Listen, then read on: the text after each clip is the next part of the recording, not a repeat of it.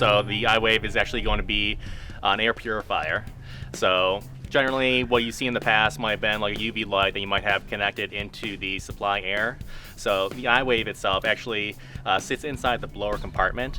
And now what it actually does is, rather than having a light on it, it actually has two little needles. And those needles produce both positive and negative ions. And those ions actually flow throughout the home, and they actually connect to all the different kind of particles in the air, so some bacteria, all the dust particles, all that sort of thing. And they actually weigh that down, so they'll be more affected by the air, so they can be brought back to the filter more easily. And then also, if it is a little bit too big to be brought up by the air, it'll actually weigh it down, so that then it'll fall out of the air and you can just vacuum it up.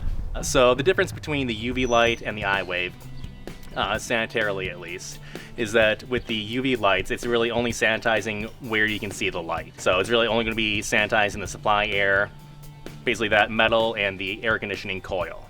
So that is a good thing.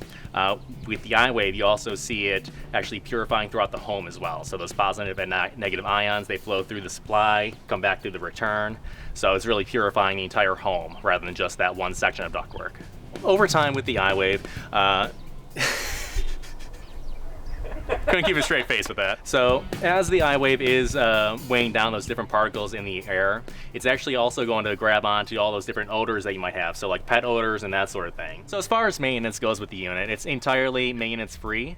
So with the two needles on the unit, there's also an additional swivel piece right in the center, and every few days that actually just swivels around and cleans those two brushes, and that's all the maintenance that is required. So it's all self-powered within the unit. So even though this unit is maintenance free, when we do come around for your regular AC or furnace maintenance, we do always check the units. It does actually have an indicator light on it, so we'll look for that just to make sure that the unit is operating as it should be.